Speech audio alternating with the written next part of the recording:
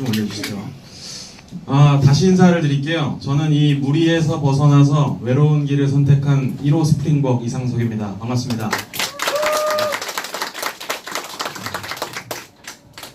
자, 오늘 제가 이제 말씀을 드리고자 하는 얘기는 크게 두 가지입니다. 두 가지예요. 첫 번째는요, 제가 여러분들에게 자신있게 말씀드릴 수 있는 경제 경영 분야에서의 변화를 말씀드립니다. 그러니까 우리가 현실 점검이라고 하죠. 그죠? 점검. 두 번째는 뭐냐? 여러분들이 여기 오셨는데 여러분들이 하시는 일에 대한 정체성의 얘기를 하겠습니다. 왜 하느냐? 이 일이 뭐냐? 이런 거죠. 이런 두 가지에 대해서 좀 말씀을 드리려고 합니다. 저는 제 소개를 좀 간단히 드리면요. 제가 대학 교수를 28살 때 됐습니다. 그래서 굉장히 일찍 됐죠. 지금 뭐 8년 이렇게 됐는데요. 대학 생활을 하면서 또 학생들을 가르치면서 느끼는 것 중에 하나가 제가 지금 삶의 모토로 또 가지고 있는 것이 제가 죽은 공부를 가르치는 것을 싫어합니다. 그죠? 학생들한테도 항상 세상에서 돌아가는 일들에 대해서 잘 인식시킬 수 있도록 노력을 하고 있습니다. 자, 그런데 중요한 건 그 가게 또는 여러 가지 많은 분들 자영업자들을 하시잖아요. 그렇죠? 그 일들 역시도 제가 경험을 할 필요가 있다 생각을 해서 지금 그 일도 지금 하고 있습니다. 또 하고 있는 일이 아까 전에 말씀드렸던 것처럼 라디오 방송도 하고 있고요. 그 다음에 한 달에 한 번씩 이 CEO들을 상대로 하는 매거진에다가 투고도 하고 있고 작가도 하고 있습니다. 그 다음에 이 3번째 책이 나왔었고 이번에 4번째 책을 준비해서 9월에 나오게 됩니다. 여러분들을 위해서 지금 준비를 하고 있고요. 네트워크와 관련된 여러 가지 사업에 대한 전반적인 얘기들을 또 다시 한번 책으로 정리를 해서 얘기를 하고 있고 내년 1월에는 투잡자를 위한 책도 준비하고 있습니다. 네, 그래서 저자 활동도 하고 있습니다. 여러 가지 활동들을 하고 있는데요. 제가 이렇게 살게 되는 여러 가지 이유가 뭐냐? 자, 이런 얘기도 오늘 이 강의를 통해서 다시 한번 말씀을 드릴 겁니다. 그러면서도 제가 항상 여기 와서 진짜로 빈말 아니고 말씀을 드리는 건데 사실 뉴스킨이라고 하는 기업은 저와도 좀 상관이 많은 기업입니다. 네, 저와 경험이 많고 또한 인연이 많고 그런데 그 중에서도 이 에이스그룹에서 하는 LY 스쿨 역시 제가 제일 애정을 가지고 있는 강의 중에 하나입니다. 한 달에 한 번씩 최근에 이제 강의를 완전 계속 와서 하고 있는데요. 개인적으로 저는 여러 가지 전국에 있는 강의를 뭐 주에 3회, 4회 이상씩 다니고 있고요. 다른 일도 많이 하고 있지만 개인적으로 이때 한 달에 한 번 첫째 주 수요일 날 오는 이날이 제 인생에 있어서도 올해 들어서 가장 저를 활력 그리고 또 기분 좋게 하는 날입니다. 왜 그럴까? 이런 얘기들도 오늘 제 강의를 통해서 들으실 수 있을 겁니다. 중요한 거는요. 저도 뉴스킨의 고객이었어요. 몇 년 동안 지금 15년째입니다. 되게 오래됐죠? 그래서 처음에는 이 뉴스킨이라는 기업이 뭔지도 모르고 제품도 전혀 몰랐고 그러면서 작년부터 이제 강의가 본격적으로 시작되고 인연이 더 가속화되기 시작했는데요. 자, 제가 왜 15년 동안 제품을 썼을까요? 당연합니다. 그냥 제품 좋아서. 그렇죠? 제가 믿기시지 않으시겠지만 초등학교 때 얼굴이 이랬어요. 지금 현재까지 그게 유지되고 있습니다. 에이질락이 됐어. 그렇죠? 왜 그런 거예요? 이 제품이 괜찮다라는 생각들을 하게 됐고 최근에는 진짜 티업도 많이 하고 있습니다. 너무 좋거든요. 실제로요. 근데 이 땀 좀 멈추게 하는 기능은 없나 진짜 모르겠어요. 그죠? 이런 것들을 이제 제가 말씀을 드리면서 여러분들과의 진짜 오늘 저 이렇습니다. 강의를 할 때요. 딱 갔을 때 이 강의가 분위기가 너무 경직돼 있어. 이러면 저도 부담스럽잖아요. 그렇죠? 여러분들과 좋은 관계를 유지하는 사람이 돼. 그 누구보다 객관적으로 이 사업을 바라볼 수 있는 사람 그리고 그 사람이 얘기하는 거에 있어서 가치는 없습니다. 좋다 나쁘다가 아니라 여러분들 스스로가 판단하는 시간을 오늘 갖는 겁니다. 아시겠죠? 네. 그래서 오늘 이 한 80분에서 뭐 이렇게 이제 강의가 계속 될 텐데요. 오늘 마치는 시간이 2시 반 맞나요? 맞을 겁니다. 이 2시 반 될 때까지요. 제가 오늘 말씀드리는 건 일단 객관적으로 이 현실이 어떤가 이런 얘기를 한 다음에 여러분들이 하시려는 일이 과연 뭐냐 이런 얘기들을 좀 스킨십 있게 좀 해보도록 하겠습니다. 이 현실 점검 얘기를 하는 데 있어서요 제가 항상 빠뜨리지 않고 얘기하는 게 저희 가족의 얘기를 안 할 수가 없습니다. 그렇죠? 여기서 제가 아까 전에 소개에서도 잠깐 말씀해 주셨지만 저희 아버님의 성함이 이영건 박사십니다. 그렇죠? 2015년 9월 5일 날 이제 그 질병을 앓으시다가 돌아가셨는데요. 병명은 이제 암이었었죠. 하지만 2006년에 암이 이제 발견이 됐었고요. 약 10년 정도 투병 생활을 하셨었습니다. 그래서 가족 입장에서 이제 여러 가지로 돌보게 됐었죠. 더군다나 이제 제가 그 아버님과 가장 가까운 자식 중에 하나라서요.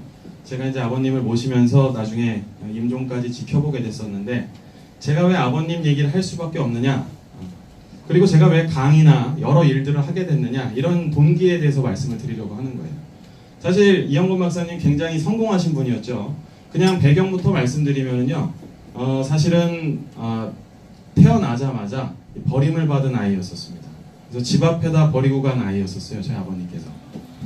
그래서 60세가 넘은 부모님, 홀어머니, 나중에는 이제 아버님이 바로 돌아가셨어요, 어릴 때. 그래서 홀어머니 밑에서, 초등학교도 안 나오신 할머니 밑에서 이 수원에 있는 그 수원 화성 아시죠? 거기에 이제 그 남문이라고 있습니다. 펠달문.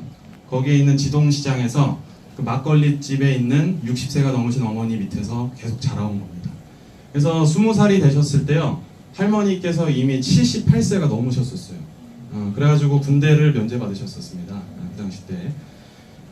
그 이후에 본인이 이제 그 어려웠던 배경, 가정 환경이 있다라는 거를 20살 넘은 다음에 아시게 된 거예요. 그때부터 본인이 생각했던 건 뭐였냐? 그 당시 때 자라나면서 이 시장에서는 집이 없잖아요, 그렇죠? 그러니까 그 가게 밑에 있던 단칸방에서 혼자 살았는데, 나는 나중에 꼭 성공하고 싶다라고 하는 열망으로 가득 차서 사셨던 분이에요. 그래서 실제로 24살 때 SK에 입사를 하고 나신 다음에 그 당시 때는 대학이 처음 생겼던 명지대학교에서 1회 졸업생이었었어요. 졸업을 하고 난 다음에, 그러니 얼마나 학교가 생긴 지도 얼마 안 됐으니까 다른 학교보다는 상당히 상대적으로 처진다는 생각이 들었을 거 아니에요, 그렇죠? 그래서 실제로 SK에 입사했을 때 동기가 한 명도 없었습니다. 자기 혼자였었어요. 그러니까 회사 생활을 하는 데 있어서 굉장히 투쟁을 했겠죠. 그래서 제가 어렸을 때 기억하는 저희 아버님은 어떠셨냐 하면요, 오늘 나가면 내일 들어오셨어요. 항상. 그리고 그날 새벽에 다시 나가시고. 그래서 출근 시간이 이랬습니다. 아침 새벽 5시 반에는 무조건 나가는 거예요. 5시 반에 나가려고 하면 몇 시에 일어나야 돼요? 4시 반엔 일어나야 되죠. 그렇죠? 운동도 하고 준비도 하고 이러고 나갑니다. 그러면 다음날 2시, 2시 반에 들어와. 다시 또 4시 반에 일어나. 몇 시간 자요? 2시간, 3시간 잤어요. 진짜로. 그렇게 생활을 해서 38살 때 대한민국 5대 그룹 내에서 최연소 이사가 됐습니다. 38세. 대단하지 않습니까? 조직 생활을 하면서 38살 때 이사가 된다. 굉장히 어려운 얘기죠. 그렇죠? 요거보다 조금 더 빨랐던 사람이 이명박 전 대통령이죠. 근데 이명박 전 대통령은 이 부장이라는 직급을 거치지 않고 그냥 승진이 된 겁니다. 과장을 하고 있다가 정주영 회장이 워낙에 능력이 있으니까 발탁을 한 거였는데, 박사님은 그러시지도 않았었어요. 조직 생활할 때 그냥 하나하나 다 올라간 겁니다. 그래서 이제 최연소 이사가 됐습니다. 38살 때. 그런데 문제는 뭐냐? 회사 생활을 하다가 43살에 회사에 위기가 옵니다. SK의 창업주였던 최종현 회장님이 폐암으로 돌아가신 거예요. 그러면서 인생이 아까 전에 송두리째 바뀌었다 이겁니다. 그걸 뭐라고 합니까? 터닝 포인트라고 하죠. 그렇죠? 아까 전에도 말씀하셨듯이 김동훈 사장님께서도 2007년, 그죠? 이 8월 8일 날 여기 앉으셨던 게 자기의 인생을 바꿨다 이렇게 얘기하듯이, 저희 아버님에게도 1998년이죠. IMF 이후에 1년 후에 12월 7일이 회사를 그만둔 날이었습니다. 그날로 인해서 자기의 인생이 바뀌었다 이렇게 얘기를 하십니다. 그렇게 얘기를 했던 이유가 뭐였냐? 회사밖에 몰랐거든요. 진짜 가족보다 회사를 더 중요하게 생각하는 사람이었었습니다. 저는 그러니까 아버님에 대해서 두 가지 감정이었어요. 우리 아버지니까 너무 좋고 자랑스럽지만 한편으로는 이렇게 가족한테 신경을 안 쓸 수가 있구나. 그것도 애를 3명이나 낳았어. 그죠? 제가 막내였어요. 그러니 저희 어머님이 얼마나 힘드셨겠어요. 그렇죠? 네. 그런 생각들을 하면서 컸다는 겁니다. 그런데 43살에 그만두게 된 이유는 회사 안에서의 권력 다툼 이런 거였었습니다. 회장이 돌아가시니까 지금의 이 SK그룹도 좀 엉망이긴 하죠. 그 아들 누굽니까? 최태원. 그죠? 이 최태원 회장을 돌보기 위한 또 세력들이 생겼죠. 그렇게 되면서 최태원 회장을 세우기 위해서 젊은 신진으로 회사 안에서 떠오르고 있던 사람들을 자연스럽게 정리할 수밖에 없었다. 이런 상황이었습니다. 어쨌든 개인적으로 말씀을 드리면, 그래서 저희 아버님이 24년 동안 몸담았던 회사에서 금방 그만두고 자기 일을 모색하게 됩니다. 그때부터 자기의 일들이 여러 가지로 바뀌기 시작했던 겁니다. 그런데요, 약 2001년부터 KBS에서 이제 그 경제 방송을 하게 됐어요. 그러면서 생활들이 바뀌기 시작했습니다. 이 사람이 24년 동안 이 종합상사 다니면서 세계를 봤던 눈도 있고 또 세상을 읽는 눈도 있고 경영학 박사래더라 라고 하면서 말도 잘한대, 이렇게 돼서 방송을 하게 된 거예요. 그럴 때부터 자기의 인생들이 조금씩 바뀌기 시작했습니다.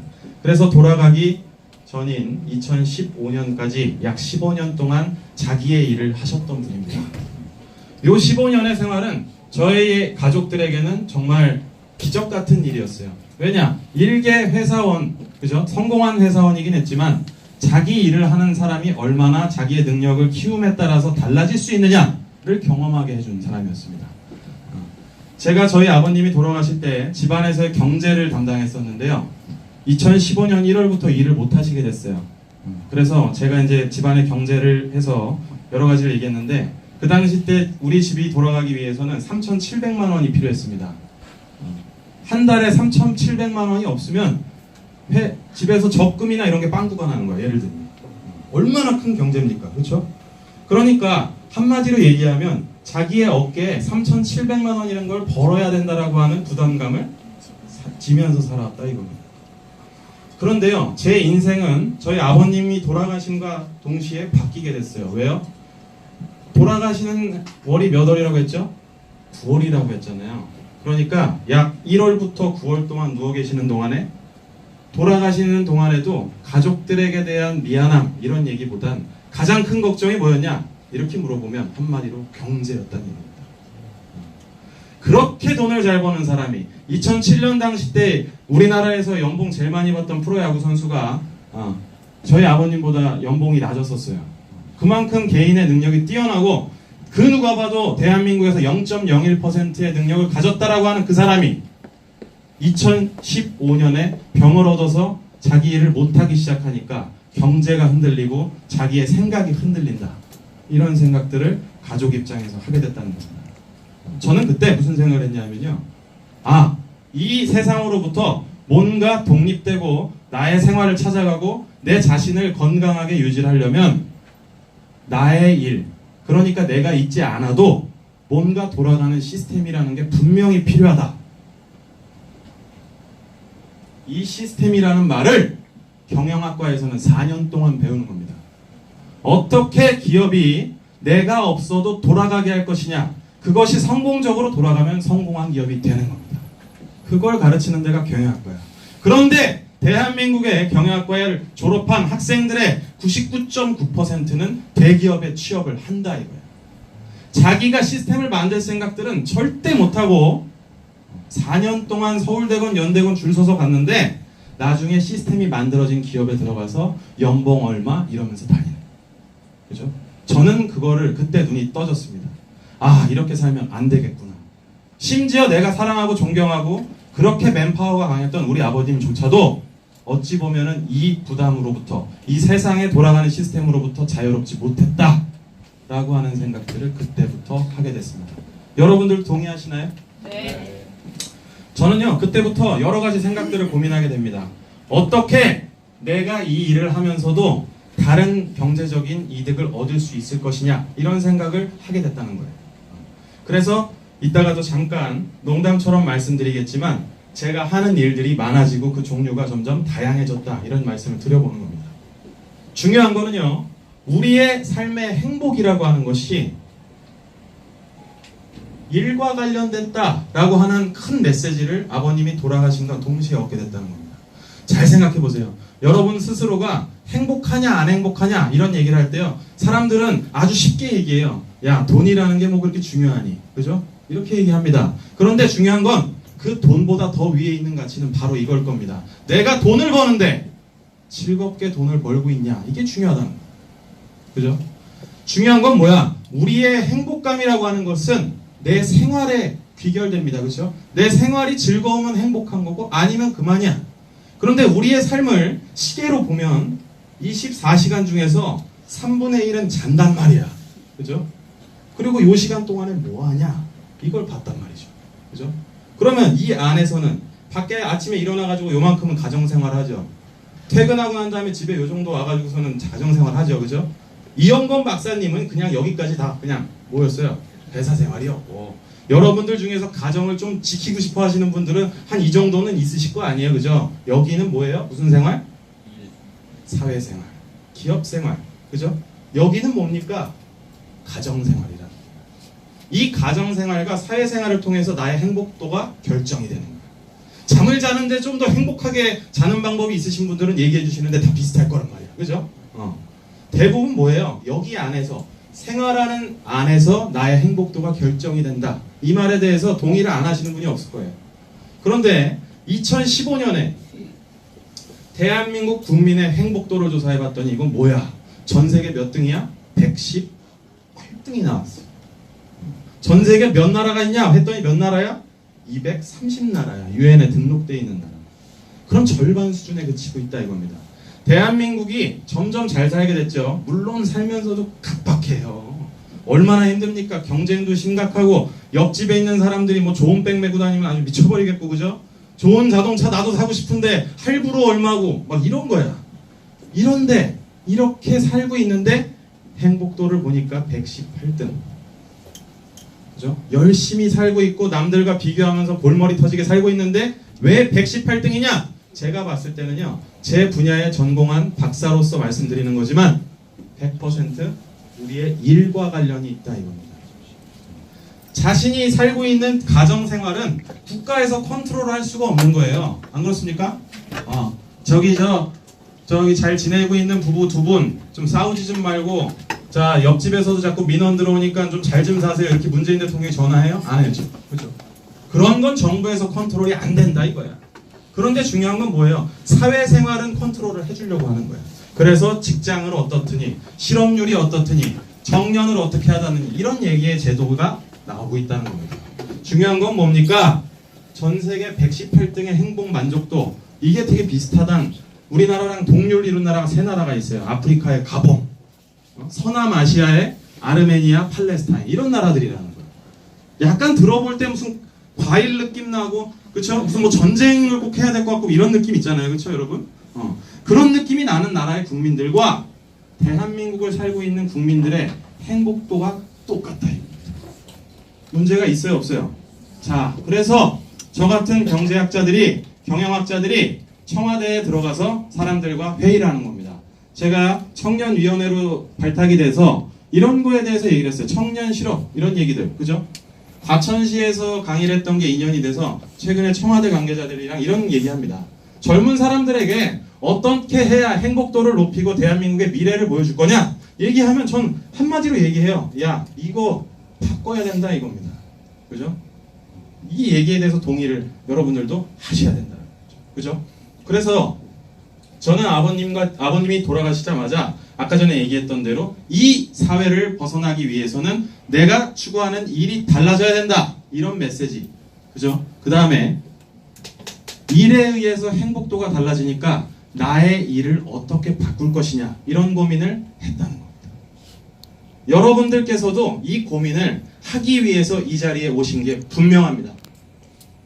여기에 오셨기 때문에 어떻게 앞으로 살아갈 것이냐. 나의 나이는 사실 중요하지 않다는 거예요. 여러분, 제가 진짜 뼈저리게 느낀 것 중에 하나가 나올 때의 순서는 있지만 갈 때의 순서는 정해져 있지 않다는 거를 제 가족을 보면서 느꼈습니다. 여러분들 여기 앉아 계시면 건강하시고 그죠? 여러분들 안에서 누가 먼저 갈지 내가 먼저 갈지 아무도 모르는 거야. 그 기간 동안에 내가 즐겁게 살고 나의 존재를 찾으려면 나의 일이 중요하다. 이런 생각들을 여러분들이 하시기 바랍니다. 아시겠죠? 자, 그런데 왜 일에 대한 만족도가 118등일까? 하나를 더 보면은요. 우리 국민들의 마음속에 뭐가 있냐? 나의 일을 하지 않기 때문이다 라고 하는 핵심 포인트가 있습니다. 대한민국 사람들이 내 것이라는 거에 얼마나 집착하느냐, 집이라고 하는 물건만 봐도 바로 알 수 있다는 거예요. 그죠? 여기서 여러분들 돈 벌면 뭐 할 거예요? 라고 얘기하면 90%의 사람이 내 집을 사겠습니다. 이럽니다. 그죠? 여러분 그 집 사는 게 요즘에 얼마나 어려운지 아시죠? 최근에 수치 나왔죠? 전국의 이 집값을 항상 조사하는데 이번에 강남의 집값이 사상 최고치 아닙니까? 그렇죠? 그 강남에 있는 집을 사려면 우리나라에 있는 평균 소득을 버는 사람들이 30년 동안 100원도 안 쓰고 모아야 되는 거야. 그죠? 이게 말이 돼? 이렇게 되니까 사람들이 집, 내 것 이런 거에 대해서 더욱더 집착을 하는 현상이 일어난다 이겁니다. 그만큼 대한민국은 내 것, 내 일, 그죠? 나의 일, 나의 것 이것에 집착을 하는 민족이라는 거예요. 그런데 잘 생각해보면 여러분들이 회사 생활하시면서 느끼는 것 중에 가장 큰 얘기는 야 내가 이거 열심히는 하는데 이게 내 일이 맞나? 이런 생각이 든대요. 야 내가 열심히 했으면 우리 가정, 우리 가족들, 내가 사랑하는 사람들도 다 같이 잘 살아야 되는데 그냥 돈만 받고 있는 거 아닌가? 이런 생각들이 회사에 들어간 다음에 신입사원들은 점점 빨라지는 거예요. 예전에는요 회사에서 그냥 교육만 시키면 6년이건 5년이건 열심히 하는 기간이 길었어. 근데 최근 사람들은 어떻게 해요? 야 그거 네 거 아니래더라. 부모님한테 이미 들으니까 6개월 만에 그만두는 사람이 신입사원 중에서 35%입니다. 얼마나 이탈률이 빨라요. 그렇죠? 그래서 제가 기업에 교육을 가면요 신입사원 교육할 때 꼭 그래요. 회사에 좀 더 머무르게 해주십시오. 이렇게 얘기를 합니다. 이 강의를 듣고 이탈률이 낮아지면 감사하겠습니다. 이거. 근데 웃깁니다. 공부를 잘하고 좋은 학교 다니고 여태까지 공부를 열심히 했던 사람들은 자기가 선택해서 좋은 회사를 가는 거예요. 그런데 요즘에 청년 실업률 몇 퍼센트? 9.8%예요. 9.8% 실업자 중에서 10%를 차지해요. 장기 백수 18만 명. 4개월 이상 일을 못하는 사람들이 그렇게 많습니다. 전국에 있는 실업자가 100만 명이 넘습니다. 그런데 누구들은 선택해서 가는데 잘 생각해보면 그 일도 너의 일이 아니다 이겁니다. 제가 서울대학교에 있는 학생들과 졸업생들과 또 연구실에 있던 사람들과 선후배들과 단체 카톡을 합니다. 최근에 가장 큰 이슈가 뭡니까? 이렇게 물어보면요 제가 단언코 얘기하는데 5년 뒤에 나 뭐 하지? 이겁니다. 서울대학교건 헬베건 하버드건 예일이건 다 필요 없다는 거야. 자기 일에 대해서 지금은 다니고 있고 지금 현재는 나의 펀치력이 강하지만 그 사람들도 정작 고민하는 거는 10년 뒤엔 내가 뭐 하고 있을까? 내가 이렇게 아무 준비 없이 사는 게 의미가 있나? 100세 시대라는 데다 10년 뒤면 45세밖에 안 되는데 어떡하지? 이런 얘기들을 하고 있다는 거예요. 그래서 어저께 신문을 또 뉴스를 봤죠. 집에 와가지고 제가 제일 먼저 하는 게 뭐예요? 씻고 딱 TV를 딱 틀어요. 그래서 뉴스를 쫙 봅니다. 뉴스에서 나왔던 맨 뒤에서 하는 얘기가 이거 아닙니까? 대한민국의 베이비 부머, 대한민국의 발전을 이끌었던 세대에서 최근에 가장 큰 트렌드가 뭐야? 이렇게 물어보면 70세, 80세 넘으신 분들이 택배하러 다니고 재취업을 한다 이겁니다. 그게 답이에요? 그게 답입니까 여러분? 그렇게 물어보고 싶은 거야. 그죠? 사회적인 리더라면 여기에 대해서 책임을 지고 방향성을 제시를 해줄 수 있는 게 정치인이고 리더다. 조직의 리더다. 전 이렇게 보는 겁니다. 그죠? 여러분들, 그래서 저는 얘기합니다. 사회에서 여러분들이 잘 갈 수 있는 방향을, 판세를 기울여주는 거는 정부에서 해야 될 일이야. 근데 정부에서 문재인 대통령이 한 명 한 명한테 전화하면서 야, 이렇게 해. 이렇게 지도할 수 있어요, 없어요? 그거는 못하는 겁니다. 그럼 어떻게 해야 돼요? 판세를 보고 자신이 자신의 인생을 갖고 나가야 되는 거예요. 그 정도까지는 선진국 시민들이 해야 될 문제다. 전 이렇게 봅니다. 무슨 일만 안 터지면 정부를 욕하는 사람들이 있습니다. 그거는 너무 무책임한 행동이에요.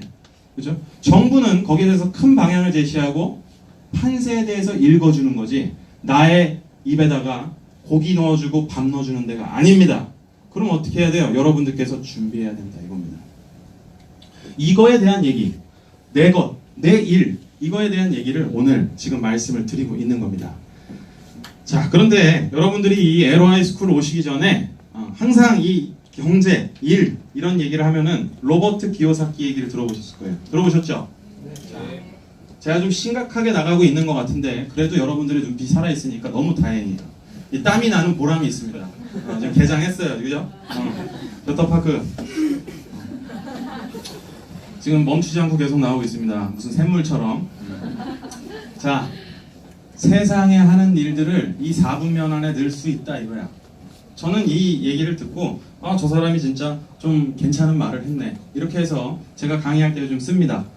자, 세상에 하는 일들을 보니까 어떤 쪽이에요? 여기 어디요? 뭐죠? 그렇죠. employee라고 하죠. 그렇죠. 직장인들이야. 노동자들. 여긴 뭐예요? self-employed. 그죠? 자영업자들이다. 이렇게 얘기를 합니다. 여기 뭡니까? 비즈니스 오너. 그죠? 맞죠? 여긴 뭡니까? 인베스터. 투자자. 이겁니다. 자, 이 안에서 해결이 안 되는 사람들은 4차 산업 이후에 생긴 변종들이야. 그리고 제가 봤을 때 4차 산업혁명의 안에서 헬백원 나오건 뭐 직장에 뭐가 어떤 직업이 뭐 바뀌었든 간에 절대 여기 안에서 벗어나지 못한다 이겁니다. 여러분 중에서 혹시 이거에 대한 사분면에 대한 이해가 부족하신 분들은 다른 책이나 강의를 들으셔서 꼭 한번 확인해 보시기 바랍니다. 지금 아주 간략하게 말씀을 드릴게요. 일하는 사람들 딱 4개 부류 중에 하나다 이겁니다. 하나, 만들어진 회사로부터 한마디로 얘기하면 월급 받는 사람 이겁니다. 종업원들. 저는 여기에 포함이 돼 있어요. 제가 하는 일 중에서 이렇게 월급 받는 일 뭐 하죠? 그렇죠. 따박따박 나옵니다. 25일 되면은. 그죠? 잠깐 스치고 지나가는 거야. 25일 날. 그죠? 25일. 직장인들이 가장 좋아하는 날들이 21일, 25일 이런 거 아니에요. 그죠? 그래서 우리가 좋아하는 날에 맞춰서 신용카드 하는 사람들도 좋아하겠죠.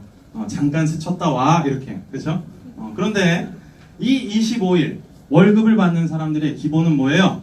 회사를 다니면서 내가 일한 만큼 노동과 시간을 바꾸는 거다 이겁니다. 결국 시간과 일, 노동을 바꾸는 일 이걸 얘기합니다. 자, 그런데 자영업은 뭡니까?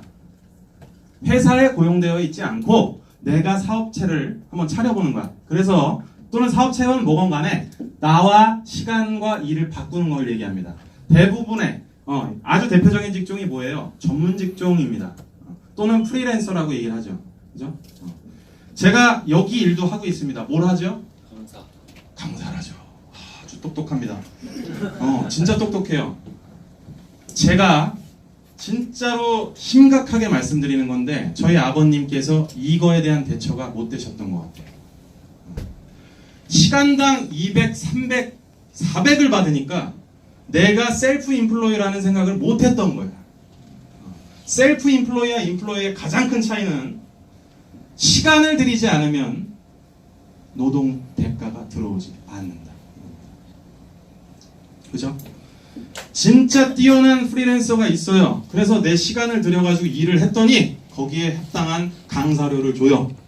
이런 사람들, 그러니까 여러분들이 뭐 랠리나 이런 데서 보게 되는 강사들, 명문 강사들, 이런 사람들은 시간과 노동을 바꾸는 사람이다 이겁니다. 다만 회사에 들어가서 일을 하는 사람들은 월급을 받는 거고 내 능력이 있는 사람들은 내가 시간과 노동을 바꾸는 거야. 그죠? 여기까지 이해가시죠? 그런데 비즈니스 오너는 뭐냐 이거야. 이건 한마디로 얘기하면 삼성병원에 누워있는 이건희다 이렇게 보면 됩니다. 삼성전자가 2017년에 사상 최대 실적을 냈습니다. 제가 대학을 다닐 때요, 2000년대 초반에 항상 이 경영학과 교수들이 물어보면 세계 최고의 IT 기업이 어디냐 이렇게 물어보면요, 그 당시 때도 애플과의 그런 논쟁이 있었습니다. 소니.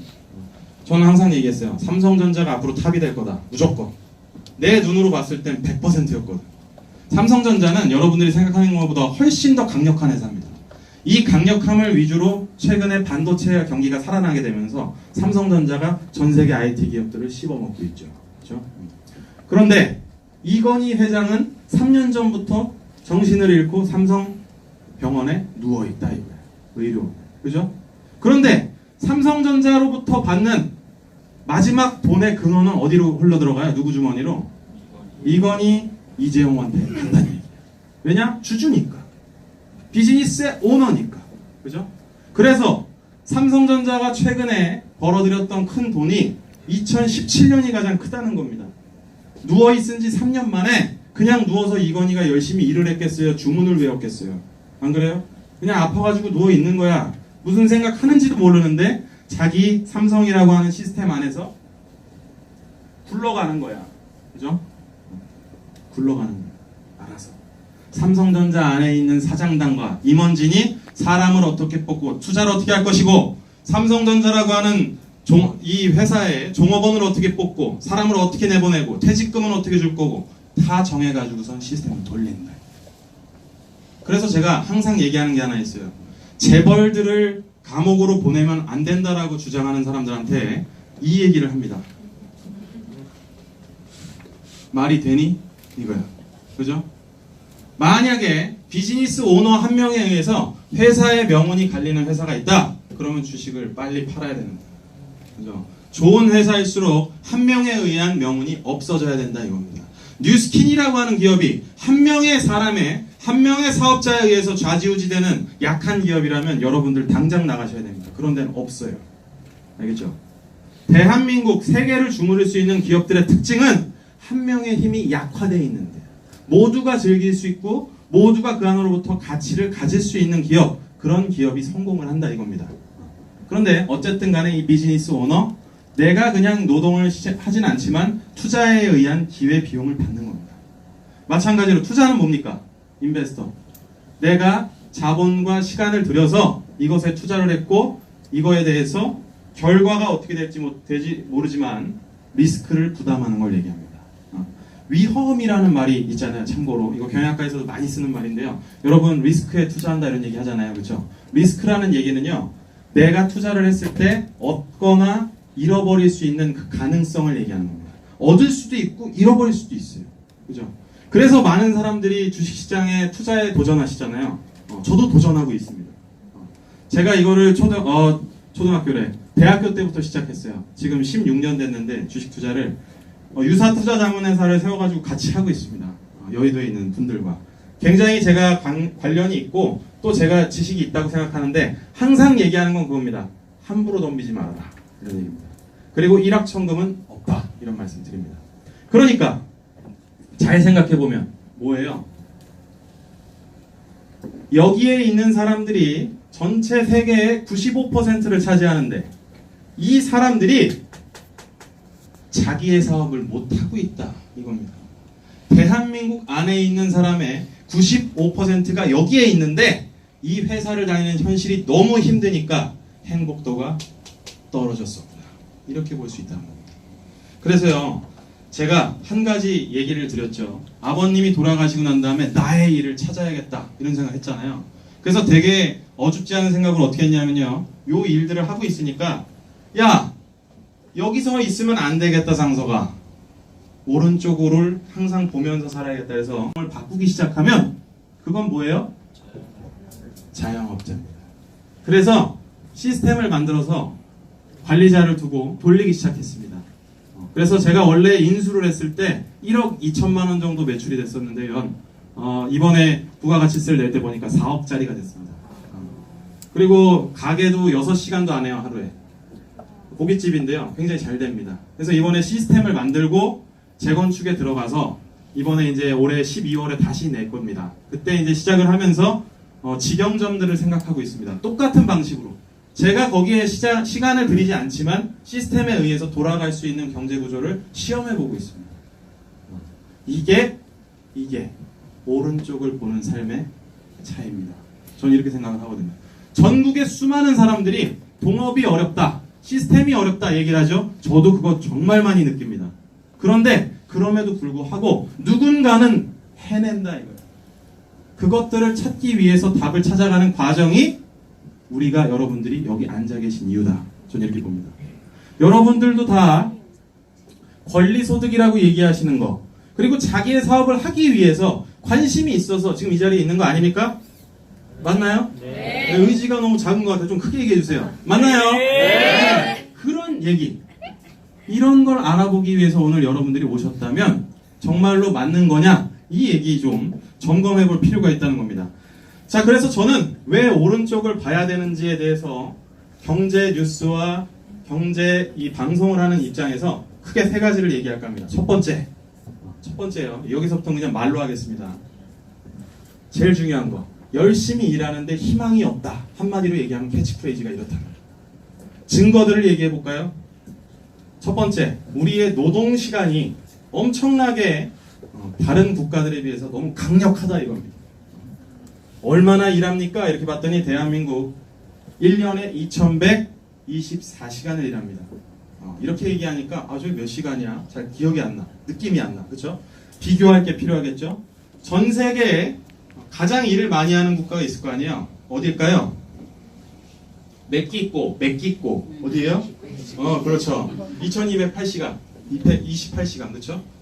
3위가 어디예요? 그리스입니다. 2048시간. 2000시간을 넘는 나라가 평균 3나라밖에 없다 이거. 230개국 중에 2000시간 일하는 나라가 대한민국을 포함해서 3나라밖에 없다 이겁니다. 그런데 웃긴 건 뭐야? 이게 2014년 결과야. 2013년, 12년을 살펴봤더니 과연 누가 1등을 했을까요? 여러분 느낌이 오잖아요? 딱 제가 이렇게 물어보잖아요. 느낌이 뭐예요? 어디야? 그렇죠. 자랑스러운 대한민국입니다. 대한민국은 여태까지 이 통계가 집계된 이후에 8년 동안 1등을 하다가 2014년에 2등으로 뺏긴 거예요. 그런데 이때 뺏긴 것도 이유가 있습니다. 국제노동기구 ILO에서요, 이 노동시간을 측정하는 방식을 바꿔라 그래서 주말 근무를 포함하지 않았던 거예요. 주말 근무를 포함하면 우리가 단연 몇 등? 1등이에요. 좋죠, 기분? 이런 거예요. 그런데 전 세계에서 평균 일하는 OECD에 잘 사는 나라들을 평균을 봤더니 몇 시간이야? 1770시간이다 이겁니다. 하루의 정규 노동 시간을 8시간으로 봤을 때요, 대한민국 사람들은 전 세계 노동자들에 비해서 한 달 하고도 20일 동안 일을 더 많이 합니다. 그러니까 한마디로 얘기하면 여러분들이 OECD의 아무 개 나라에 살았으면 10월 중순이면 일이 다 끝난 거야. 그때부터 노는 겁니다. 이렇게 되는 거야. 심지어 제일 적게 일하는 나라가 있을 거 아니에요? 어디예요? 1371시간의 독일이야. 이놈들도 대단하죠. 전 세계 3위의 국가 경쟁력을 가졌는데 일은 더럽게 안 합니다. 그죠? 대한민국 사람들이 3일 일하는 거를 이틀 만에 해결해 버려요. 얼마나 여유롭겠습니까? 그렇죠? 자, 그런데 너무 기가 막힌 건 이런 강력한 노동 시간에도 불구하고 대한민국의 일하는 거에 대해서 만족도는 아까 얘기한 것처럼 전 세계 118등이다. 그죠? 문제예요? 아니에요? 문제야. 두 번째, 일만 열심히 하고 노동만 열심히 시키면 되겠는데 회사도 금방 잘라. 이걸 뭐라 그래요? 근속연수라 그러죠. 제가 봤을 때는 노동시간도 문제긴 한데요, 대한민국 국민들이 워낙에 부지런하니까 일에 대한 가치를 중요하게 생각하는 사람들이 많잖아요. 그렇죠? 그렇기 때문에 이런 국가적인 성향도 좀 나오긴 하는데 아시아 국가들이 이게 높거든요. 일본 이런데. 그런데 근속연수는 우리가 정하는 게 아니잖아. 이게 아주 심각해요. 30대 기업들 중에서 20년을 넘게 다니는 기업이 기아자동차밖에 없는 걸로 나타났어요. 올해 초에 제가 방송을 직접 했던 내용입니다. 30대 그룹 중에서 가장 근속연수가 짧은 기업이 어디야? 이렇게 물어보니까 GS 리테일이야. 4.9년. 회사를 다닌 다음에 정규직하고 4.9년 만에 회사를 나옵니다. 이거 저 먹으라고 주신 거예요? 네. 고맙습니다. 그런데 여러분들이 알고 있는 이마트 아시잖아요. 5.9년. 그리고 우리 대한민국을 대표하는 아까 전에도 얘기했던 이건희의 그 기업이 어디죠? 삼성전자 10.1년을 다닙니다. 근속연수. 자, 30대 기업 빼고 그냥 노동자들의 평균을 얘기했어요. 몇 년 다니냐?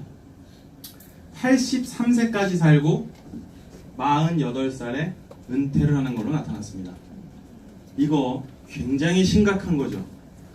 대부분 취업을 하는 사람들은 20대 중반이나 말에 합니다. 남학생 같은 경우는 군대를 갔다 왔다면. 그런데 여학생들은 20대 중반에 한다고 칩시다. 그럼 25세 때 만약에 취업을 했어요. 그러면은 은퇴년이 언제라고? 48세니까 한 3년 다니는 겁니다. 회사. 23년 다니는데 몇 세에 죽어요? 83세 지금까지. 앞으로 몇 세에 죽는데? 100세. 100세 시대에 대한 희망과 낭만을 버려라. 저는 이렇게 얘기합니다. 앞으로 17년을 더 사는데 17년 동안 뭐 할 겁니까? 이게 중요하다는 거예요. 미치겠는 거죠. 생각만 해도. 그죠? 여러분, 제가 진짜 어제 가슴 아팠던 게 그 뉴스에서 한 그 노인이 나오셨는데 뭐라 그러냐면 아이들 5을 키우느라 아이들에게 집도 해주고 뭐도 해주느라 자기가 가진 게 하나도 없는 거야. 그래서 지금 최저 빈곤층에 해당되시는 분인데 밥을 먹는데 진짜 고추장하고 쌀만 먹는 거. 그 사람을 얘기 들어보니까 한국전력에 있던 상무였대. 가슴이 아파요, 안 아파요? 이게 여러분들이 아닐 거라는 보장이 있어요, 없어요? 진짜 없습니다. 어디 진짜 자신 있게 있는 사람들은 진짜 제 앞에 데리고 오세요. 저랑 같이 한번 저 정신과 병원 같이 한번 좀 의뢰를 받아보고, 그죠? 얘기도 좀 나눠보고 그러게.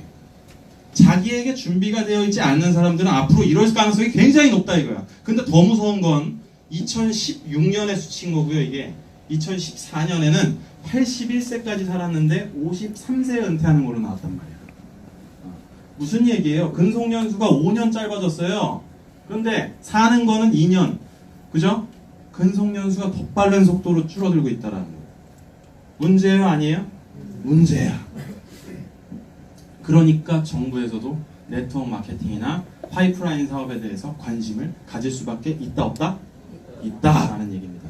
왜 미국의 빌 클린턴 대통령이 연두교소에서 네트워크 마케팅 사업자, 업자들에 대해서 감사를 표했냐? 확실한 거야. 대한민국보다 30년이 빠른 경제거든요. 미국은 이미 이렇게 살아요. 살면서 직업을 6.7번 바꿉니다. 근속연수가 짧아요. 미국처럼 경쟁이 치열한 나라는 전 세계에 아무도 없다 이거예요. 미국이 그렇게 좋아 보여요? 아니에요. 미국 가서 살면 경쟁이 얼마나 치열한데요. 저희 누님께서 미국의 교수인데 진짜 사람들을 아주 죽여먹는데 경쟁을 시킨대. 심지어 교수마저도. 그래서 이 실험실을 자기가 경쟁에서 살아남지 못하면 문 닫고 나가게 돼. 사업체처럼 만든다. 과학자예요. 브레인 사이언스. 주립대 교수야. 그 정도면 대한민국에서도 서울대건 카이스트건 헬베건 어디 가서 편하게 교수할 텐데 미국은 그렇지 않다는 얘기예요. 무슨 얘기예요? 경쟁시키면서 끝까지 가봐. 이러는 데를 부추기는 나라다 이거야. 그죠? 우리 대한민국 더 이렇게 될 가능성 있다 없다? 있다라는 얘기입니다. 그래서 여러분, 노동시간은 긴데 근속연수는 짧아. 그러니 열심히 일했는데도 나중에 회사에서 나를 보장해주지 않는다라는 생각이 드니 하루하루가 답답해. 퇴근하면서도 가슴을 쳐. 자기 전에도 이렇게 살아서 5년 더 살아봤자 뭐하나? 뭐 할 거 없나? 이렇게 되는 거야. 자연스러운 과정이죠. 그죠? 그러다 보니까 행복도가 떨어져. 애들은 크는데 애들이 더 크면 학원도 보내야 되고 대학도 보내야 되고 이것저것 다 해야 되는데 어떻게 이걸 감당하나? 그때까지 내가 회사는 다닐 수나 있을까? 이런 생각들을 하니까 잠이 안 오는 거예요. 그러니까 건강이 안 좋아져. 그러니까 삶의 퀄리티가 떨어져. 제 얘기에 동의하세요? 이겁니다. 두 번째, 제가 얘기했던 자기 일을 찾아야 된다라고 했던 큰 얘기예요. 지금까지 얘기했던 건 열심히 일하는데 희망이 없다 이 얘기였잖아요. 그죠? 두 번째는 뭐냐면요, 중간층이 사라진다 이 얘기예요. 이런 얘기를 좀 더 섹시하게 뭐라고 합니까? 중간층이 없어. 이걸 뭐라 그래요? 양극화라고 하지 않습니까? 여러분? 양극화. 제가 정말 자신 있게 얘기하는데 대한민국의 양극화 수준은 전 세계 탑 수준입니다. 미국이 양극화가 크다 이렇게 얘기하는 사람이 있는데 미국은 이미 경제가 커 있는 상태에서 최고 부자와 최고 저빈층의 차이가 많이 날 뿐이지 사실 실질적으로 대한민국 경제 구조를 가진 이 정도 사이즈에서 이 정도 양극화는 없다 이거야. 증거 보내드릴게요. 첫 번째, 가계부채가 1,400조를 넘었습니다. 입이 꼬이는 거 봐봐요. 얼마나 높으면 이렇겠습니까? 수치를 말씀드릴게요. 1,400조. 1년에 대한민국 국가의 정부 예산이 400조가 안 됩니다. 그러니까 국가 예산의 3년치가 넘는 돈이라 이거야. 올해 처음으로 400조를 넘겼거든요. 국가 예산이. 그러면 대한민국 3년을 운영하고도 남을 돈이 빚이다 이겁니다. 그 빚을 누가 짊어지고 있어요? 국민들이 짊어지고 있어요. 1인당 1인당 얼마씩 빚을 졌나 통계를 내보니까 우리 국민 1인당 2,700만 원씩 자연스럽게 대한민국에 태어날 때부터 빚이 있는 거예요. 저는 여태까지 대출 한번 받아본 적 없고 신용대출을 받아도 뭐 바로 갚았습니다. 이래도 여러분들 등에는 안 보이게 다 2,700만 원씩 빚이 있는 거예요. 여러분들이 빚을 안 갚으면 여러분들 자식들이 출산율도 낮아졌겠다. 엄청난 부담을 지면서 앞으로 살아야 되는 구조에 살고 있다 이겁니다. 그런데 더 무서운 건 뭐냐면요. 1300조에서 1400조로 100조 증가하는 시간이 6개월도 안 걸렸다는 데 있습니다. 거기에 대한 문제들을 해결하자. 이러다 보니까 대한민국 정부가 머리가 아픈 거예요. 그죠? 이해가세요? 1인당 국민 2,700만 원, 한 가장당 8,700인가 그렇습니다. 3.5명인가 그래요. 우리나라의 한 명의 평균 가정당 사람의 수가 1,800만 가구거든요. 그런데 이것만이 아니야. 아까 전에 얘기했듯이 집으로 보자 이거야. 집. 우리나라에서 집을 사려면 얼만큼 돈을 모아야 됩니까? 이거를 이제 얘기를 했는데 그때 방송을 하고 난 다음에 KBS에서 난리가 났어. 야 진짜냐 이거? 게시판에 막 글이 올라왔습니다. 압력 진짜입니다. 자, 대한민국에서 그렇게 살고 싶어하는 집을 서울에 사는 데부터 쭉 조사를 해봤어. 자기가 벌고 있는 소득에서 평균이 있을 거 아니에요, 그렇죠? 서울 시민의 평균 돈 버는 사람이 예를 들어서 한 달에 300만 원을 번다. 근데 이 중에서 세금을 30만 원을 냈어. 그럼 얼마 남아요? 270. 요걸 뭐라고 해요? 가용할 수 있는 돈이다 해서 가처분 소득이라고 합니다. 이 가처분 소득으로 몇 년치를 모아야 서울에 있는 평균 집값을 살까? 했더니 서울은 몇 년 걸려? 16년 걸립니다. 16년. 여러분들 여기서 서울 사시는 분들 많잖아요. 그렇죠? 서울에 있는 평균의 집값을 서울에 있는 사람들의 평균의 노동의 역으로 가처분 소득을 100원도 안 쓰고 16년을 모아야 서울에 있는 보통 집을 하나 산다. 이게 말이 됩니까? 안 됩니까? 되나봐. 그죠? 대구하고 부산은 몇 년 걸려요? 좀 나아요. 8.9년. 경기도는 몇 년 걸려요? 8.5년. 그럼 대한민국에서 제일 싼 동네로 가면 되겠네. 어디야? 강원도야. 4.6년. 그게 되네. 100원 하나 안 쓰면서 4.6년 버티실 수 있는 분들은 지금 당장 춘천이나 강릉으로 가시면 돼요. 그죠? 교통비가 더 나올 수도 있습니다. 뭐예요? 제 얘기는 내 안에서 아무것도 없는 사람들은 회사 월급 받으면서 내 재산이 없고 물려받은 게 정말 0이면 자기가 살고 있는 지역에서도 집 사기가 이렇게 어려워졌다 이 얘기야. 그런데 정말 짜증나고 어려운 거는 대한민국의 1%의 부자가 대한민국의 56%의 부동산을 가지고 있다. 누구는 서울에 있는 집을 살려고 16년 동안 가처분 소득을 모아야 돼요. 내가 아이를 낳았을 때 내 애가 고등학교 1학년이 될 때까지 100원도 안 써야 되는 거야. 말이 돼요? 안 되잖아요. 그런데 이걸 가지고선 서울에서 16년 동안 진짜 뼈 빠지게 돈 모아가지고 했어. 그래서 16년 동안 집을 한 채 샀는데 누구는 대한민국의 1%의 사람은 우리나라에 있는 56%의 부동산을 가지고 있다 이겁니다. 이걸 뭐라고 해요? 심각한 양극화다라고 얘기합니다. 이것뿐만이 아니에요. 그냥 사람들을 떠나서 제가 경영학과 교수잖아요. 기업들을 보니까 대한민국에 있는 30대 기업이 대한민국 경제에서 70%를 차지한다는 거예요. 70%. 그런데 30대 기업이 아니라 5대 기업으로 줄여보니까 5대 기업들이 대한민국 경제의 60%를 차지합니다. 그 5대 기업이 어디예요? 삼성, 현대차, SK, LG, 롯데 이렇게입니다. 요 5개가 대한민국 경제의 60%를 차지하니까 거기에 있는 총수들이 좀 잘못하면 야 봐줘라 이런 잘못하면 60%가 흔들릴 것 같은데 라고 하는 명분 때문에 그런 거예요. 그런데 제가 아까 얘기했잖아요. 누워 있어도 된다. 이런 얘기 아닙니까? 자, 양극화라는 게 아주 심각하게 진행이 되고 있다. 여러분들 그냥 회사만 믿으면서 살기에는 자기의 삶을 누리고 살기가 너무 어려워진다 이겁니다. 그죠? 분명히 다른 일들을 해야 된다. 준비를 해야 된다라고 하는 거고 제가 그래서 여러분들 진짜 진심으로 말씀드리는 건데 여기 오신 분들 진짜 존경합니다. 왠 줄 아세요? 이런 생각들을 가지고 앞으로 준비해야겠다라는 생각을 하는 거는 대한민국에서 얘기하는 1%의 부자보다 좋은 생각이라는 거예요. 그렇죠?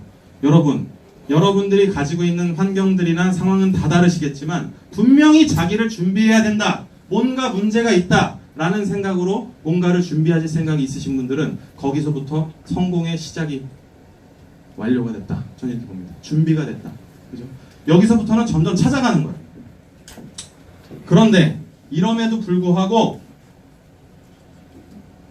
더 자기 일을 찾아야 되는 이유가 하나 있습니다. 그건 뭐냐? 세 번째 이유인데, 그럼에도 불구하고 이렇게 어려운 상황인데 믿을 만한 리더가 없다라는 데 있습니다. 이게 진짜 대한민국의 가장 큰 문제였었습니다. 자, 리더가 없어요. 리더는 두 종류야. 정치적인 리더가 있고 조직 안에서의 리더가 있잖아요. 그렇죠? 여러분들도 다 이제 스폰서와 파트너의 관계로서의 조직에서의 리더도 있을 거고요. 집안 안에서의 가장과 아이들, 그죠? 가족원들이 있을 거고, 또 회사에서의 팀장과 팀원들이 있을 거고, 이런 조직에서의 리더가 있고요. 정치적인 리더가 있는데, 정치적인 리더는 전 세계에 제가 자부하는데 꼴찌야.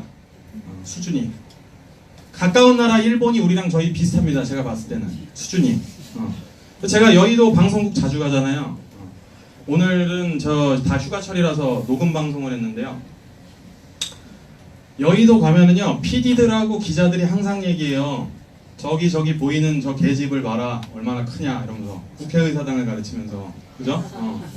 저희가 잘들 산다 막 이러면서 뭐 정치인들을 개에 비유를 한단 말이에요. 세 가지 종류밖에 없다. 정치인들은. 제가 지난번에 그 소주 한잔 하면서 그 사람들 PD들한테 했던 얘기가 이런 얘기예요. PD들이 개보다 더한 놈, 개 같은 놈, 개보다 못한 놈, 이 세 종류만 존재할 뿐이다. 이러면서 저희 PD님께서 제 손을 붙잡으면서 다음날 기억을 못 하시겠다고 하시더라고요.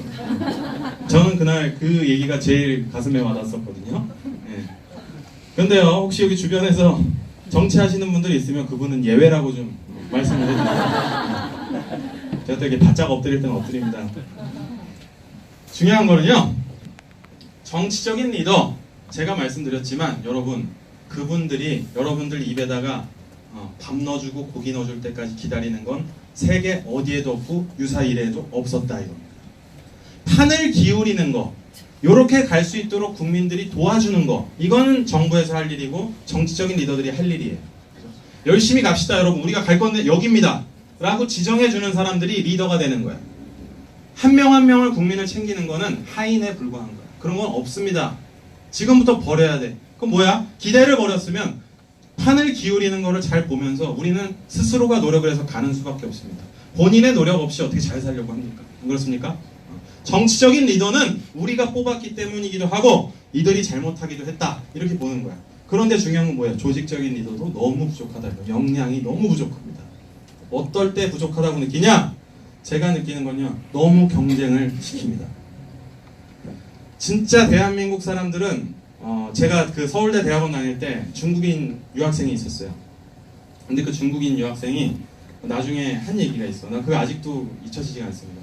한국 사람들은 어디만 가면 남의 일에 대해서 굉장히 관심이 많다. 대학원을 다니는데 대학원생이 15명도 안 돼요. 그런데 매일 다른 스토리가 펼쳐지고 있더라고. 얘기를 들어보면 막 가관이야. 그런데 앉아가지고서는 와가지고선 4시간 동안은 남 얘기만 하는 거야. 무슨 얘기인지 알겠죠? 그러면서 서로 헐뜯고 가는 사람들이 대한민국에 많다 이겁니다.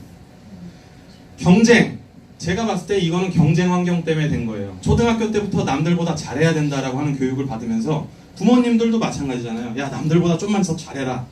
그래야 네가 좋은 회사, 좋은 대학 가지 않겠냐? 이렇게 얘기하지 않습니까? 그죠? 이러다 보니까 회사에 들어가서도 똑같아요. 이거를 악용하는 게 기업이다 이거예요. 제가 제 친구 중에 진짜 친한 친구가 이번에 삼성전자에서 잘렸습니다. 모바일 핸드폰 사업부였어요. 왜 잘렸냐 이렇게 물어보니까 갤럭시 S8을 발표를 하는데 2개 팀을 경쟁을 붙였다는 거야. 거기서 낙오된 거야. 한 개 팀이 승자독식이라고 하죠. 모든 걸 가져갑니다. 룰 오브 썸 다 가져갑니다. 잘린 팀은 어떻게 해요? 본부장부터 쫙 잘립니다. 얼마나 잔인합니까? 그쵸? 그래서 내 친구가 지금 생각하는 게 통닭집을 해야 되냐, 당구장을 해야 되냐, 뭐 이러고 있단 말이야. 걔가 어디 나왔던 애예요? 연대 나온. 이렇다고요. 무슨 얘기인지 아시겠죠?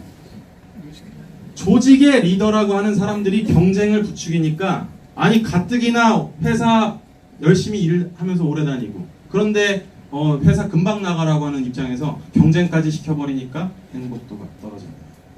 그래서 어떻게 해야 돼요? 지금이라도, 지금 이 순간이라도 내가 내 일을 찾아야 된다라고 하는 게 커야 된다는 겁니다. 여기에 대해서 동의하십니까? 네. 자, 그래서요, 여러분들께서 많은 분들을 모셔오시고 또 여러분들께서 이런 얘기를 하셔야 된다 이거야. 여러분들이 전파하시는 겁니다. 이런 얘기들은 진짜로 문제가 있는 상황들이다 이겁니다. 지금까지 현실 점검을 했으면, 이렇게 현실 점검을 해보니까 한마디로 얘기하면 저는 이렇게 얘기해요. 대한민국 상황을 보니 분노와 포기밖에 할 수가 없겠구나 이겁니다. 분노하니까 사람들이 촛불 들고 시청 앞으로 가는 거고, 포기하니까 대한민국 사람들이 로또를 사는 거 아니에요. 그죠? 로또 진짜로 이거 엄청난 겁니다. 불황일 때 로또가 잘 팔리죠. 그죠? 복권. 작년 계속 경신하고 있어요. 작년에 팔린 로또를 보니까 4조 원이 넘었다 이거예요. 4조다 이렇게 얘기하니까 느낌이 안 오시죠, 여러분? 제가 말씀드려 볼게요. 로또 그 파는 시간이 있잖아요. 시간을 계산해 보니까 하루에 105억씩 팔려. 시간당 5억씩 팔립니다. 지금 초당 13만 원씩 팔려. 그러고선 토요일 8시, 9시를 기다리는. 나도 그러고 있어요. 그죠? 한 번 좀 안 되나 이러면서, 같은 번호를 한 2번 정도 해서 뭐 계속하면 안 되나 막 이러면서요. 그런데 그 확률이 814만 분의 1이다 이거. 동전을 23개를 던졌을 때 그 동전이 같은 면이 다 같이 날 노려보고 있을 때 그 확률이라는 거예요. 그런데 내 얘기를 들으면서도 그거 좀 되겠는데? 이런 사람 미친 사람들. 그냥 로또 하는 거야. 무슨 얘기인지 아시겠죠? 죽을 때까지 던져보세요. 안 되지. 814만 초가 안 됩니다. 인간이 사는 초가. 1초에 한 번씩 던져도 안 된다는 얘기. 확률상. 아시겠어요, 여러분? 그만큼 어려운 확률입니다. 그 확률에 기대는 사람들이 점점 많아지고 있다. 이런 얘기야. 그러니까 우리는 포기하고 분노하는 데서 그쳐야 돼, 말아야 돼? 난 아니다.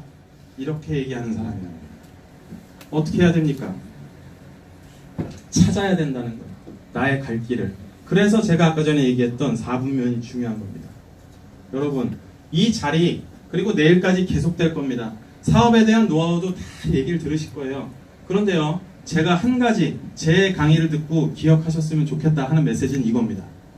오른쪽을 보십시오.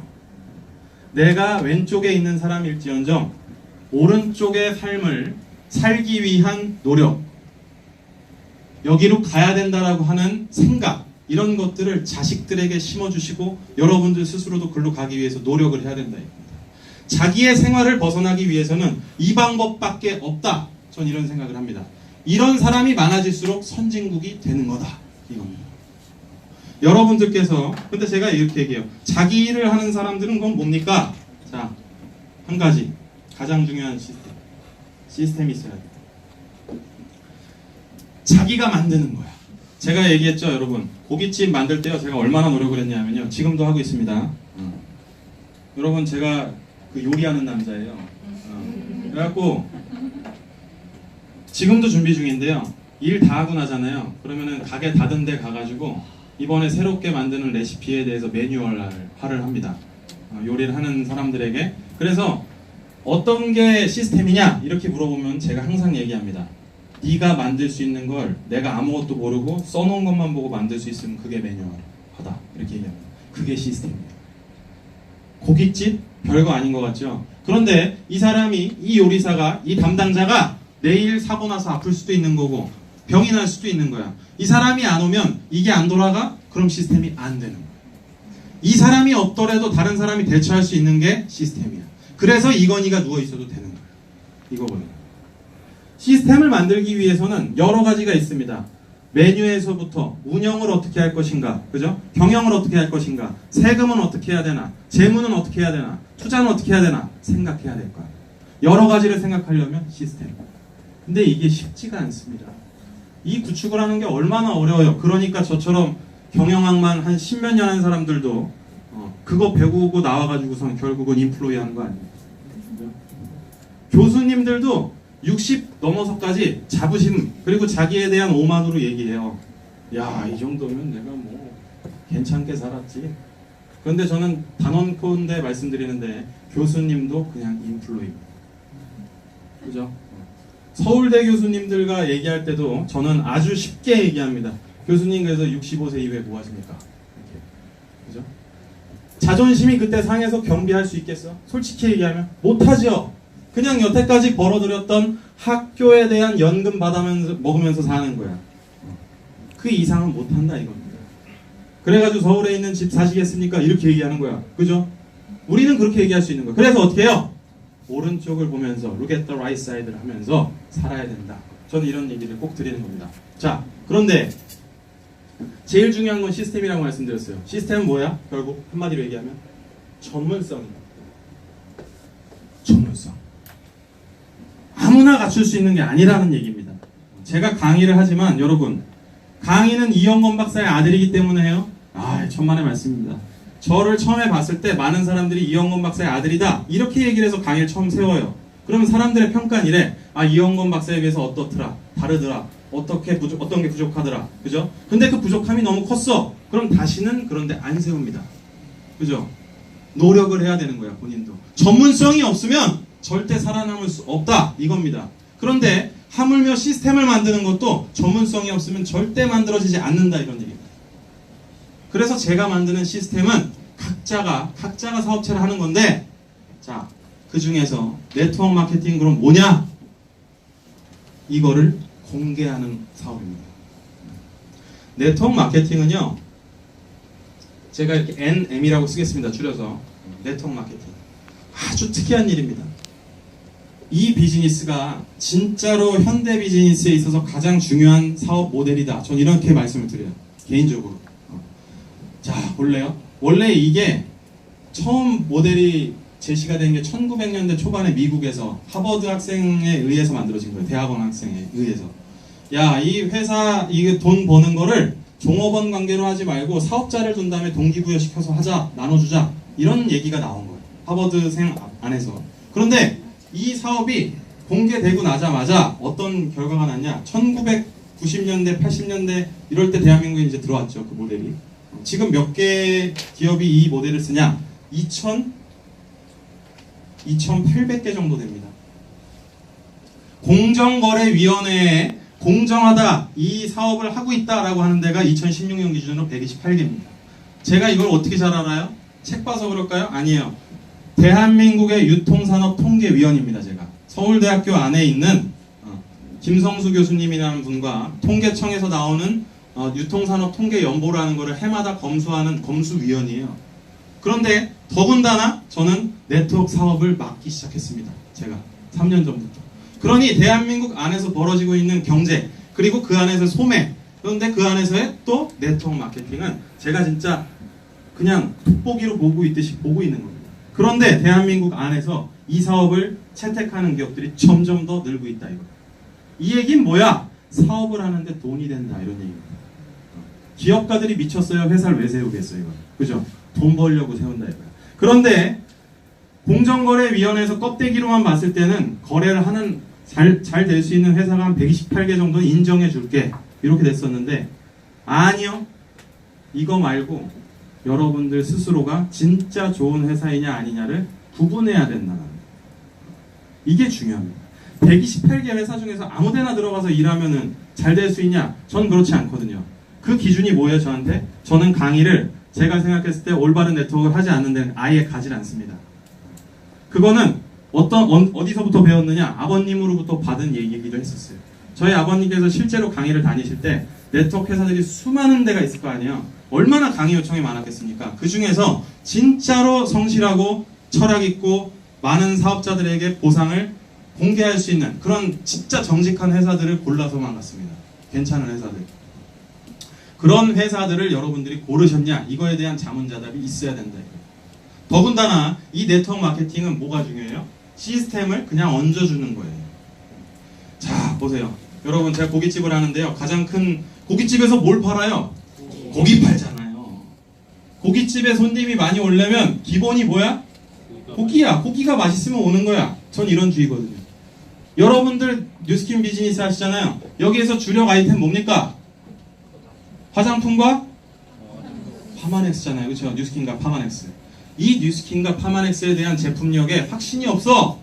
그러면 남들한테 확신이 없으면 약을 파는 거예요. 그죠? 무슨 얘기인지 아시겠죠?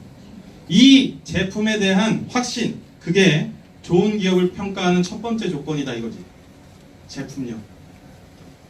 두 번째, 밑에 있는 하위의 사업자들이 돈을 벌지 못하는데 위에 있는 사람만 돈을 번다. 이런 구조면 당장 나가시라 이겁니다. 그럼 밑에 있는 사람들 등골 빨아먹는 사업밖에 안 됩니다. 그래서 이번에도 또 보상 구조가 바뀐다고 제가 들었어요. 그래서 많은 그 뉴스킨 안에 있는 관계자분들, 그러니까 사업자분들 말고 본사에 계신 분들이랑 지금 얘기도 많이 듣고 그랬는데요. 보상 굉장히 중요한 문제야. 합리적인 보상이 돼야 된다 이겁니다. 전국에 2,800개의 지금 전국에 2,800개 정도의 네트워크 마케팅 모델을 쓰고 있는 기업들이 있겠지만 이 중에서 이거 못하는 기업들이 아예 절반 이하다 이거. 그죠? 자 보세요. 2,800개 중에서 공정거래위원회에 들어가 있는 걸 4.9%밖에 안 돼요. 이거 계산해 보면. 정직한 철학이 있어야 됩니다. 이거 없으면 철학이 없으면 진짜로 좋은 기업이 사업이 될 수 없습니다. 제가요, 이 아까 전에도 고깃집 얘기를 자꾸 하게 되는데 사업을 하다 보니까 사람 관계잖아요. 그렇죠? 여러분들도 제가 이제 사업자분들을 많이 만나거든요. 그러면 그분들이 하시는 얘기 중에서 제일 뼈가 사무치게 와닿는 말들이 뭐냐? 사람 관계가 제일 어려워요. 이런 얘기를 합니다. 원래는 평소에는 나랑 친분이 있고 알던 사람이었기 때문에 사업을 시작했고 고객과 그렇죠? 네트워커였기 때문에 이 관계로서 시작을 했는데 시작을 하다 보니까 스폰서와 파트너 관계가 되기도 하고 그 안에서의 서로 티격되는 것도 생기고 그죠? 마찬가지입니다. 저도 시스템을 돌리려다 보니까 너무 어려운 일들이 많습니다. 관리자와의 불화도 있을 수도 있는 거고 그 안에서의 여러 가지 어려움들도 조정해 나가는 것도 필요합니다. 중요한 건 뭐예요, 여러분? 이런 정직한 철학이라든가 생각이 없으면 그냥 모래알 흩어지듯이 팍 부서진답니다. 우리가 왜 이 일을 하느냐? 그래서 중요하다는 겁니다. 정직하게 좋은 제품들을 많은 사람들에게 공개하고 팔 수 있는 그래서 여러분들이 스스로가 사업을 번창시킬 수 있는 일을 해야 된다 이거죠. 제가 정체성이라고 얘기를 했는데요. 마지막으로 하는 말씀을 하나 딱 드리면서 이제 끝낼게요. 여러분 네트워크 마케터가 이렇게 물어보면요. 뭐 하는 일입니까? 이렇게 물어보면 여러분 뭐라고 하십니까? 아무나 한번 대답을 한번 해보실까요? 우리 박형근 사장님께서 한번 이 얘기 한번 해보십시다. 여러분은 제가 이제 고객이에요. 그 네트워크 마케터가 뭐 하는 겁니까? 이렇게 물어봤어요. 무슨 대답하실 겁니까? 다단계. 좀 더 괜찮은 대답 없을까요? 자, 여러분 제가 이렇게 말씀드릴게요. 네트워크 마케팅이잖아요. 그쵸? 제가 대학에서 마케팅이라는 수업을 가르칩니다. 실제로. 마케팅이 활동이 뭐냐 이렇게 얘기하면요. 딱 세 가지 단어로 끝나요. 고객, needs and wants라고 합니다. 원하고 필요로 하는 것. needs and wants. 제품과 서비스를 하는 활동. 그래서 activity라고 합니다. 한마디로 딱 얘기를 하면요. 마케팅이라는 건 뭐냐 하면은 고객들이 뭔가를 원하거나 필요로 하는 거를 회사에서 알아차려서 제품과 서비스를 제공하는 모든 활동을 얘기한다. 이렇게 얘기하는 게 미국의 American Association 거기서 얘기하는 AAA라고 하는 업체에서 얘기하는 마케팅의 정의다 이거예요. 그런데 우리는 그 앞에 뭔 말이 붙어? 네트워크. 그래서요. 요 얘기를 할 때 이렇게 얘기합니다. 고객이 원하고 필요로 하는 것을 네트워크를 통해 이 얘기입니다. 그죠? 네트워크를 통해 이 일이 여러분들이 하시는 직업입니다. 여러분 제가 정말 잘 알고 있는 얘기인데요. 사업을 하실 때 주변의 반대도 있을 수 있어요. 심지어 가족들마저도 야 너 뭐 하는 거야? 할 수 있습니다. 그런데 내가 하는 일에 대한 정체성이 확실하지 않으면 언젠가는 흔들릴 수 있다 이겁니다. 좋은 기업을 선택하셨어요? 이 조건에 의해서? 그러면 두 번째, 내가 하는 일이 뭔지에 대해서 자신 있게 얘기할 수 있어야 된다 이겁니다. 그죠? 여러분들께서 그냥 당신이 하시는 일이 뭡니까? 라고 물었을 때 당신이 하는 사업에 대해서 확실하고 또 절도 있게 전달할 수 있는 사람들이 굉장히 큰 신뢰를 주는 거죠. 그죠? 여러분 스스로가 흔들리고 있지 않냐? 이런 얘기를 저는 많이 생각을 하게 된다는 겁니다. 여러분, 고객들에게 원하고 필요로 하는 것, 여러분들이 예뻐지게 하고 건강해지게 하는 그 좋은 제품, 이것들을 정말 네트워크를 통해서 다른 사업에 비해서 자본도 많이 들이지 않고, 그죠? 많은 부분에 있어서 종업원도 없이, 투자에 대한 리스크도 없이 여러분들 스스로가 이 사업을 진짜로 좋은 철학을 가지고 할 수 있다면 LOI 스쿨 끝날 때까지 많은 부분에 있어서 전문성을 더 확보하시고 앞으로 스폰서와 파트너 관계에 있어서도 도움을 받으시면서 사업을 무조건 오른쪽으로 가기 위해서, 여러분, 저는 네트워크 사업만이 이건 답이 아니다 이렇게 봅니다. 하지만 자기 일을 하면서 시스템이 있고 그 시스템을 알려줄 수 있고 함께 갈 수 있는 사업은 진짜 많지 않다 이런 말씀 드려봅니다. 여러분, 저는 오른쪽을 보기 위해서 여러 가지 일들을 시도 중이죠. 그런데 하면서도 항상 어려움을 느껴요. 그리고 심지어 이런 생각도 해봅니다.